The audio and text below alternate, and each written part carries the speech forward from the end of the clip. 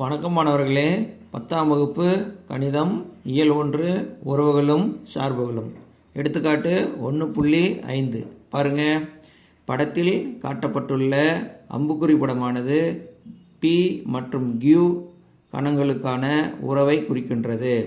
இந்த உறவை கன கட்டமைப்பு முறை பட்டியல் முறைகளில் எழுதுக.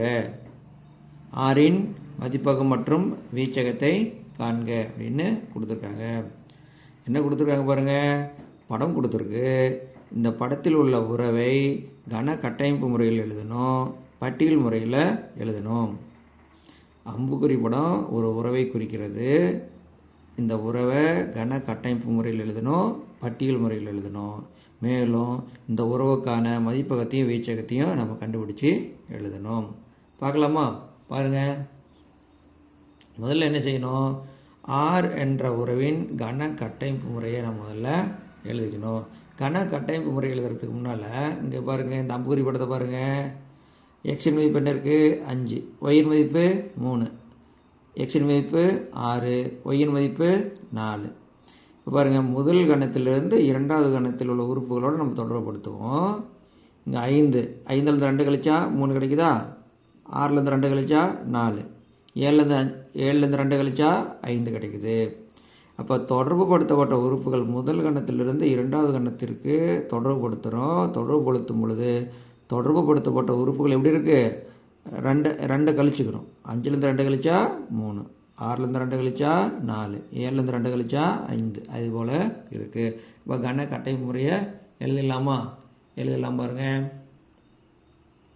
கன கட்டமைப்பு முறை சமம் set of X comma Y வரிசை ஜோடி எழுதுகிறோம். எக்ஸ் கமா ஒய்னு வரிசை ஜோடி எழுதுகிறோம். சச் தட் இந்த ஒய்ங்கிறது எப்படி இருக்குது பாருங்கள். ஒய்ங்கிறது எப்படி இருக்குன்னா, எக்ஸிலிருந்து 2 கழிச்சா கிடைச்சிருது. எக்ஸிலிருந்து 2 கழிச்சா கிடைக்குது. ஒய்யின் மதிப்பு எப்படி கிடைக்குது? எக்ஸிலிருந்து 2 கழித்தால் கிடைக்குது. உதாரணம் பாருங்கள், 5லேருந்து 2 கழிச்சா 3 கிடைக்குது. 6லேருந்து 2 கழிச்சா 4, 7லேருந்து 2 கழிச்சா 5.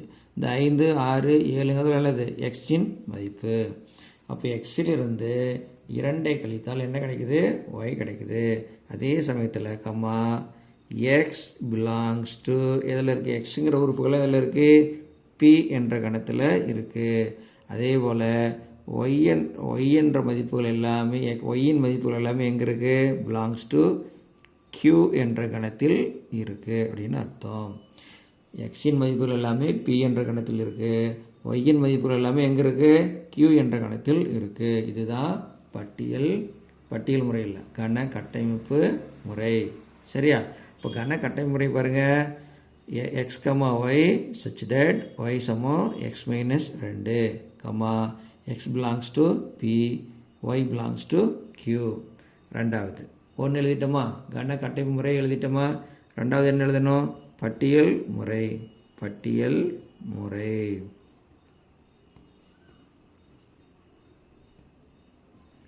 பட்டியல் முறை பாருங்கள். ஈஸி பாருங்கள்.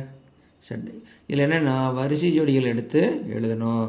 5 எதோட தொடர்புபடுத்தியிருக்கோம்? 3ஓட தொடர்புபடுத்தியிருக்கோம். 6 எதோட தொடர்புபடுத்தியிருக்கோம்? 4ஓட தொடர்புபடுத்தியிருக்கோம். 7 எதோட தொடர்புபடுத்தியிருக்கோம்? 5ஓட தொடர்புபடுத்தியிருக்கோம்.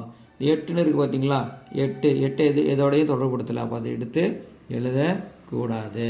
இதுதான் பட்டியல் முறை. சரியா? 3 வரிசை ஜோடிகளெல்லாம் எடுத்து வரிசை ஜோடிகள் எடுத்து எழுதுனா அதுக்கு பேர் பட்டியல் முறை. மூன்றாவது என்ன கண்டுபிடிக்கணும்? மதிப்பகத்தையும் வீச்சகத்தையும் கண்டுபிடிக்கணும். மூணாவதில் என்ன கண்டுபிடிக்கணும்? மதிப்பகத்தையும் வீச்சகத்தையும் கண்டுபிடிக்கணும். மூன்றாவதில் மதிப்பகத்தையும் வீச்சகத்தையும் கண்டுபிடிக்கணும்.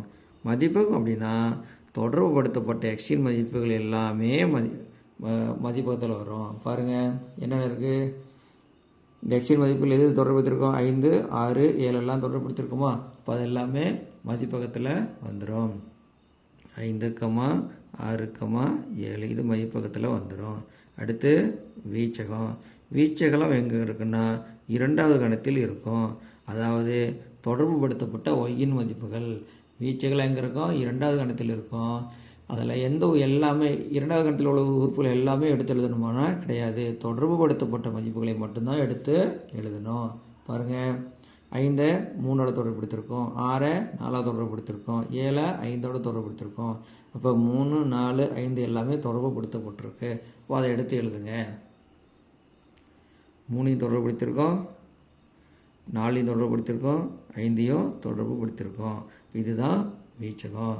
மதிப்பகம் சமம் செட் ஆஃப் 5, 6, 7. வீச்சகம் சமம் செட் ஆஃப் 3, 4, 5. அவ்வளோதான். இந்த கணக்கு முடிஞ்சது. புரிஞ்சுதா? நன்றி.